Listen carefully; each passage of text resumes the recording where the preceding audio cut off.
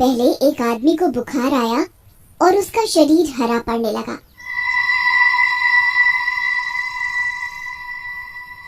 उसे देखने गांव के बाकी लोग आए कि आखिर क्या मामला है। गांव वालों ने जब उसे बिस्तर पर लेटे हुए तड़पते हुए देखा तो बहुत दुखी हुए। हाय, ये दर्द लगता है जान लेकर ही मानेगा। हाँ, इस बुखार का कोई इलाज नहीं कर पा रहा। हाय, मैं क्या करूं?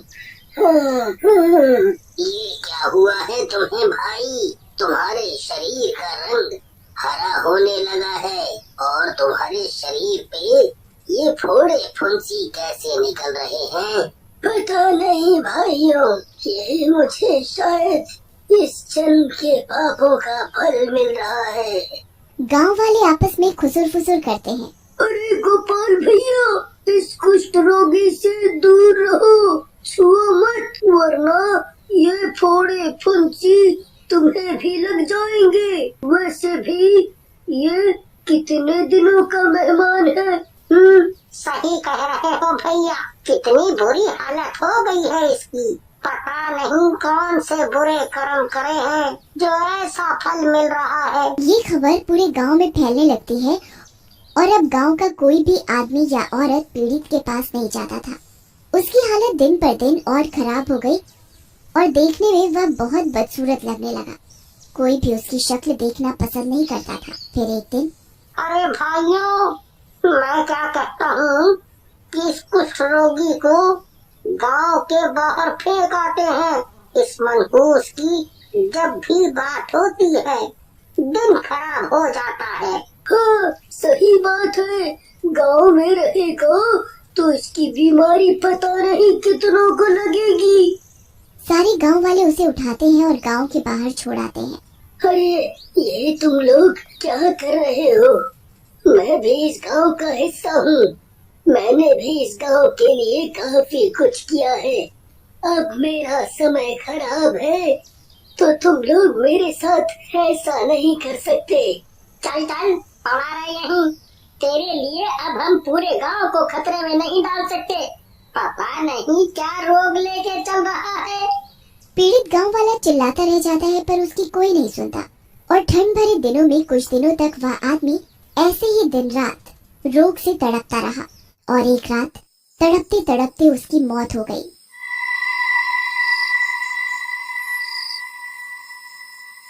इतनी बुरी दर्दनाक मौत के कारण वह एक शैतान बन जाता है।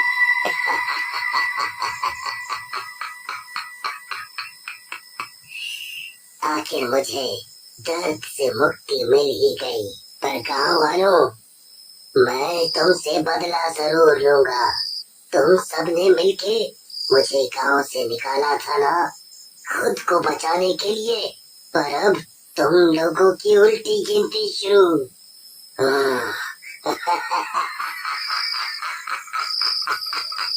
और वह शैतान गांव में घुस आता है। रामू अपने खेतों में काम करके कुछ देर आराम के लिए वही छांव में सो जाता है।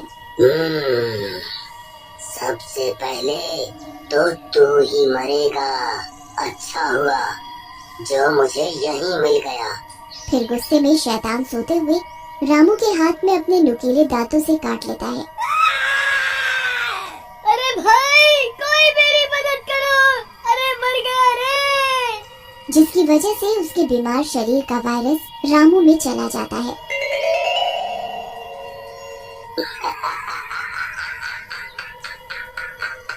अब आएगा मजा।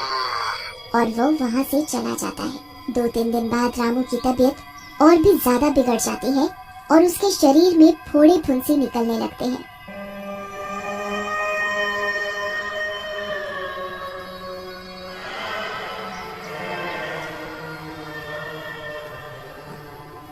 और धीरे धीरे उसका शरीर अलग रंग का होने लगता है। अजी, ये आपको क्या हुए जा रहा है? आप कितने डरावने लगने लगे हो। मैं आपके साथ नहीं रह सकती। अरे भगवान, तुमने तो कसमें वादे किए थे कि पूरी जिंदगी मेरी सेवा करोगी और 2 दिन में ही परेशान हो गई। जी, आपका ये रोग मुझे भी ना लग जाए। मैं तो अपने मायके जा रही हूँ और वो चली जाती है। रामू दर्द में चिल्लाता रह जाता है, पर रामू की हालत की वजह से सभी उससे दूर ही रहते थे और इसी तरह रामू की मौत हो जाती है। शैतान यहाँ एक एक करके सारे गांव में अपना सुपर वायरस फैला रहा था। गोपाल, कृष्णा, पीकू और न जाने कितनों को उस सुपर वायरस शैतान ने संक्रमित कर दिया और एक एक करके सब मरते जा रहे थे। गांव में तो मानो वीरानी छा गई हो। मेरा बदला अब पूरा हो रहा है।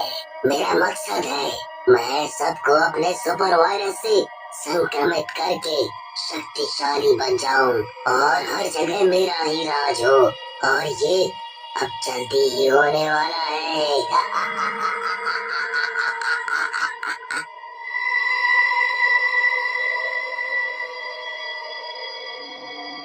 उसी बीच शहर से हरिया का एक रिश्तेदार आया जिसका नाम रामकिशन था, जो कि शहर में बहुत बड़े अस्पताल का डॉक्टर था।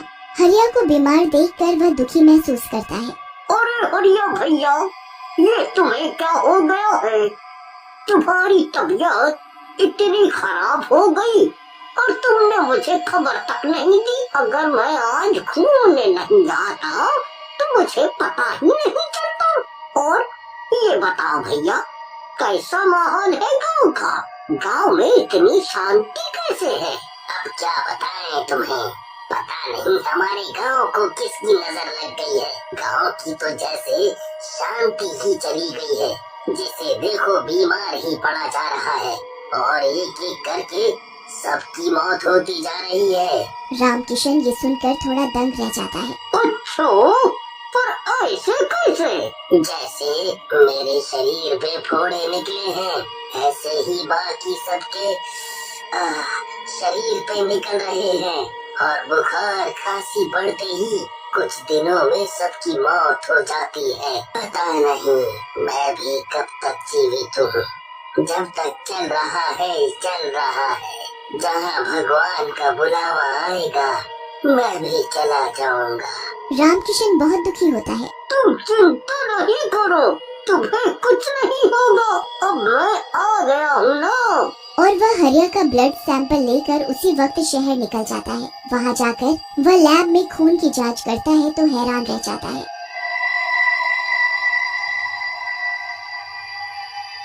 How is it possible? आज तक साइंस में ऐसा कभी नहीं हुआ। What happened, doctor?